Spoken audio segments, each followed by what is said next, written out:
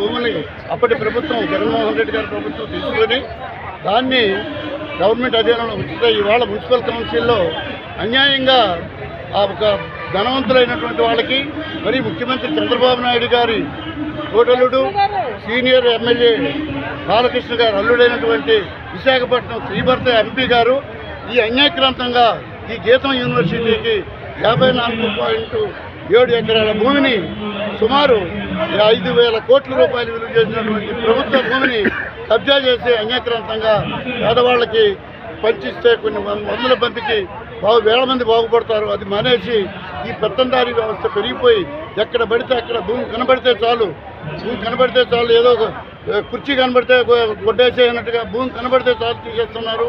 ఒక పేదవాడి పక్కన పెద్దవాళ్ళ స్థలం కొనడం, ఆ స్థలాన్ని ఆక్రమించుకోవడం.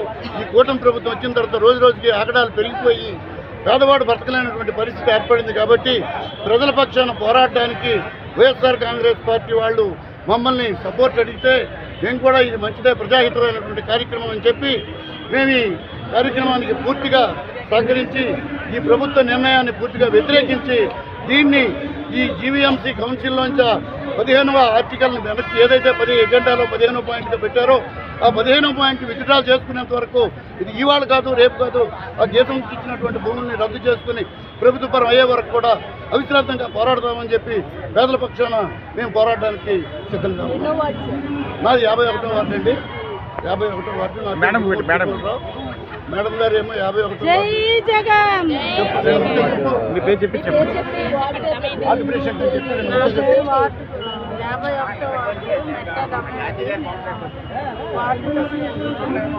చంద్రబాబు నాయుడు చేసిన కార్యక్రమాలన్నీ ఇప్పుడు బయట పెట్టవలసి వస్తుంది. మోసం చేసి ఎక్కాడు వ్యక్తి. ఇప్పుడు మనమేమో ఇబ్బంది పాలు చేస్తున్నాడు. పేదోడు ఎవడు ఎక్కడ బతకడం లేదు. ఇప్పుడు కరెంటు బిల్లులు పెంచేస్తున్నాడు. ఎలాగ బతకడమో తెలియదు అంటున్నారు. ఒకటి కాదు, ఆయన గురించి ఎంత తక్కువ మాట్లాడుకుంటే అంత మంచిది. పెదల పచ్చలు మేము పెదల పచ్చని ఉంటామని తెలియపరుచుకున్నాం.